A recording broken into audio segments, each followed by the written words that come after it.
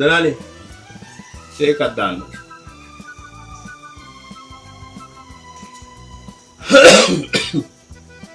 මොකද විමලදී මහත්තයා නිකන් මහන්සියෙකු. නෑ මුදලාලි. දැන් බලන්නකෝ මේ ළමයෙක් ඉස්කෝලේට දාගන්න ගියත් සල්ලි. බේත් ටිකක් ගන්න ගියත් සල්ලි. හදිසි හරි මහත්කිරිතාලට යන්න උනොත් එහෙම මාස ගණන් ලිස්ට් එකේ ඉන්නේ. ඒ ගැන කතා කරලා වැඩක් නෑ මහත්තයෝ. මහත්තයා කවුරුහරි අසනීපෙන්ද? නෑ. පොඩි ඔපරේෂන් එකක් කරන්න වෙයි. උන්ට සල්ලි දෙනවට වඩා හොඳයි මැරිලා යන්න. කරන්න තිබ්බ මහත්තයාට දීක දෙන වයසේ කෙල්ලෙක් හිටියේ නම. අනිත් එක මහත්තයෝ සල්ලි හම්බ කරන්න ජීවත් වෙලා ඉන්න පාය.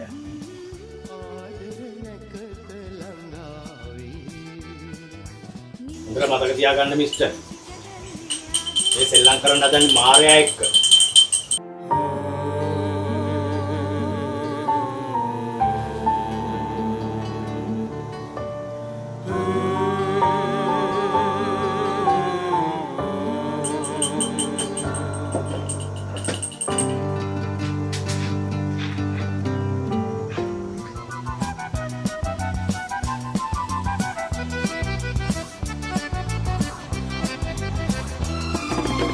සසර සඳන්නේ නැගුණු සුපෙම් සඳ මැකී නොඒවා සදාතනික වේවා සසර සඳන්නේ නැගුණු සුපෙම් සඳ මැකී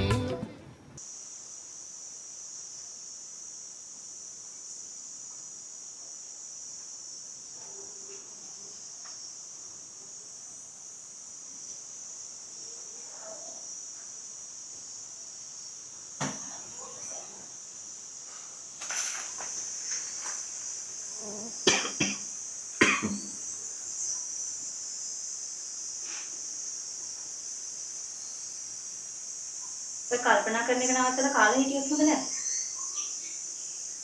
එක්ක මොනවා හරි ප්‍රශ්නයක් තියෙනවා නම් මට කියන්න ඕන. දැන් දවස් කීයක් තිස්සේ අහස පොළොවට ගහනවද? දැන් මම මොකද්ද මං එනකොට හංගගත්තේ? මේ මට පාඩුවේ ඉන්න දීලා යනවද? අනික මම තමුසකින් මොනවා කියලා අහන්නද? මම මැරිලා පුතුනා කියලා හිතුවද? අර සමෘද්ධියේ දේවිකා එක්ක කරපු හැංගිමුත් මට අමතකයි කියලා හිතුවේ. මම කට උස්ස ගන්න එපා. ඕන නැතු මං නැතුවට කමන්නේ. අර කෙල්ලට පාර බහලා යන්න තියලා. මේ ඔයි. නොදන්න මගුල් කියවන්න තු යනවා යන්න. මේ සැරේ පොයින්ට් ගන්න ටිකක් වැඩි වගේ.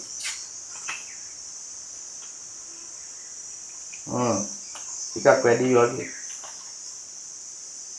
සල්ලි ලෑස්තිද? අපි කොහොමද බිල් ගෙවනවනේ?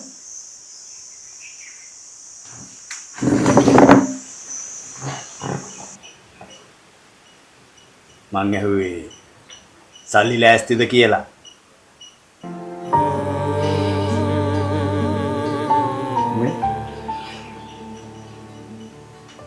ඇයි මෙහි ආවේ? තවම ආසයක් තියෙනවනේ. මං කොහොම හරි සල්ලි වාගෙන ඔපරේෂන් එක කරනවා. නෑ ඉතින් සනීපෙන්ද කියලා බල්ල යන එක අපේ යුතුයකමනේ.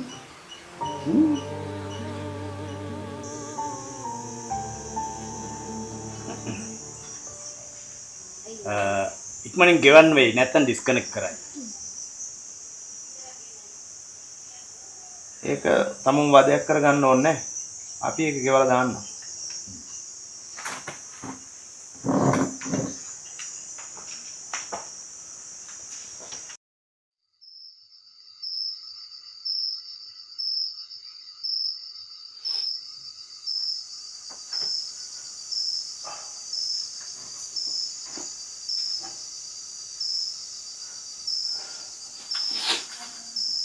මං හෙට පොඩි ගමනක් යනවා. කොහෙද? යාළුවෙක් කම්මෙන්. ඇයි? සල්ලි වගේක් තියෙනවා ගන්න. සල්ලි මොකටද? පරි වුණාවුද?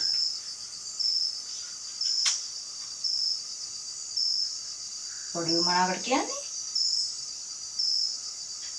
මම හෙට කියන්නම්කෝ වැඩේ කරගෙන ආවම.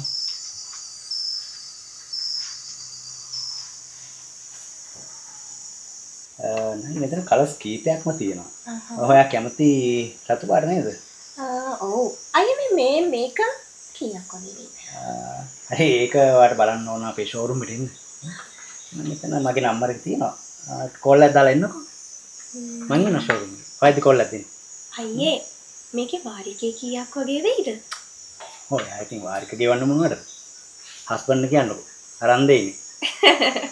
එහෙනම් ඉතින් අයියාට මට මුලින්ම හස්බන්ඩ් කෙනෙක් හොයලා දෙන්න වෙයි. බලමු.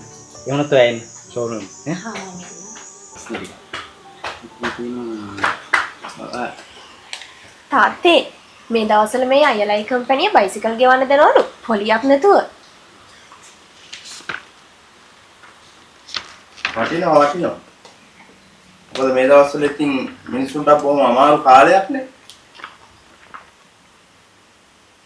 මේ මාත්‍යා මොකද දීවද? එහෙනම් බොන්න මොනවාරි හදාගෙන.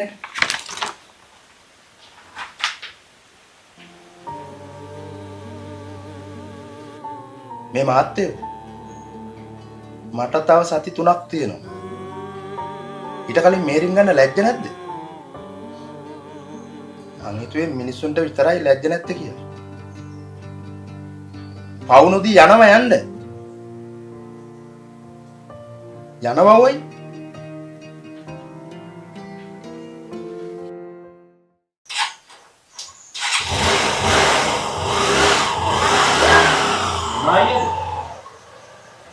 ඒ සහෝදරකම් ඕන නෑ.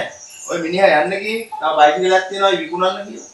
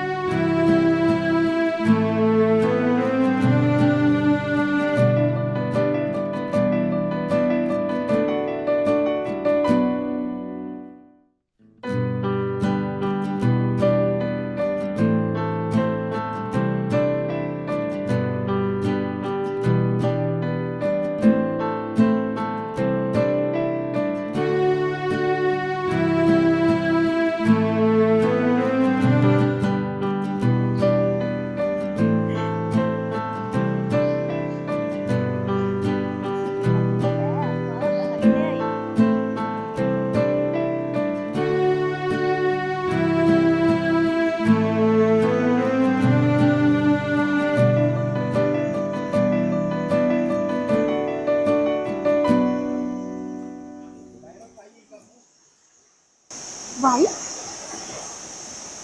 කුමාර ඔයා බැඳලාද? ඉරන්දේ ෆෝන් එක දෙන්න. ෆෝන් එක කුමාර දෙන්න. ඔයා බැඳලාද? මේ හන්දේ මෙතන කෑ ගන්නවා සෙනක ඉන්නවා කිය. ඔයා මහ බොරුකාරයෙක් කුමාර. ඕක දෙන්නකෝ. කුමාර මට වයිෆ්ගේ නම්බර එක දෙන්න. කුමාර මං එක සැරයක් කිව්වා. මේ කෑ ගන්නවා මෙතන සෙනක ඉන්නවනේ. කුමාර මගේ මාරය අවුස්සන්න එපා. මට වයිෆ්ගේ නම්බර එක දෙන්න.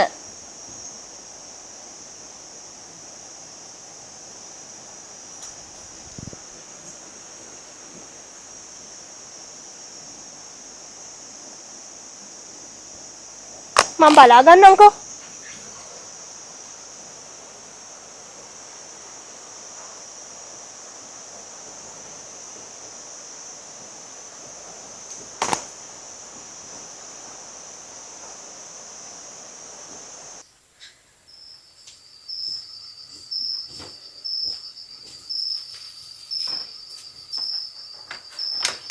පුතේ මට ඔයත් එක්ක ටිකක් කතා කරන්න ඕන. ඇයි තාත්තේ? අර බයිසිකල් කුමාරයා ගැන. මිනිහා පුතා හිතාගෙන ඉන්න විදිහ කෙනෙක් නෙමෙයි.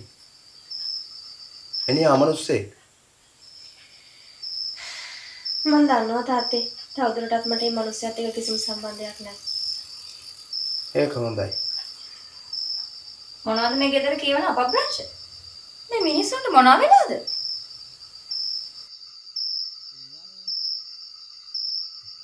සන්ධ්‍යා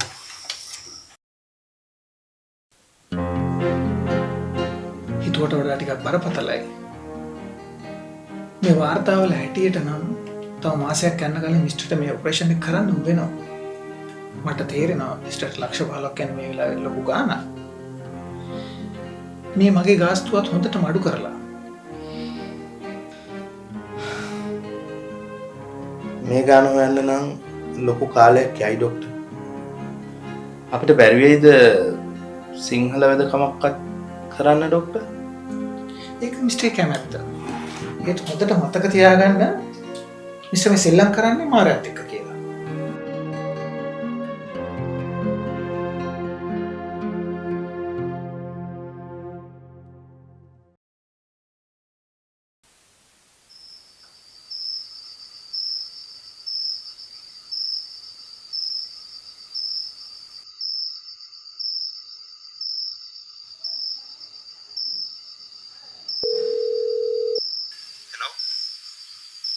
මේ කුමාර මගේ රන්දි. මම දැන් දන්නවා තමස කවුද කියලා. මේ මන් නරකයි කියලා කියන්න එපා. හරි. කවුද කුමාරෝය? ආයි මගේ තාත්තා දිහා හැල්ල බැලුවොත් එහෙම මම තමස මට එවපු හැම WhatsApp මැසේජ් එකක්ම තමසගේ වයිෆ්ට එවනවා. පිස්සුද මචං? නෑ. බලන්න.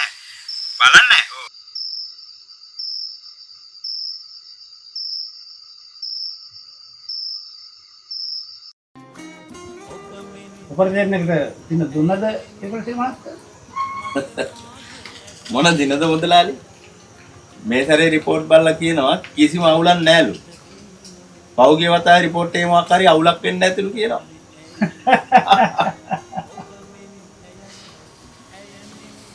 බස් එක එනවා. එන්න. හොඳයි.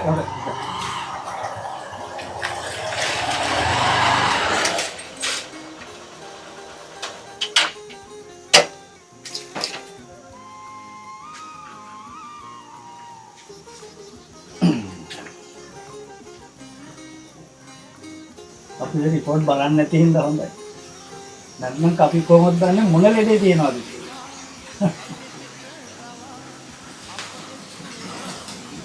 මුදලාලි. අරකට මුදලාලි කොලෙස්ටරෝල් එහෙම චෙක් කරගත්තොත්.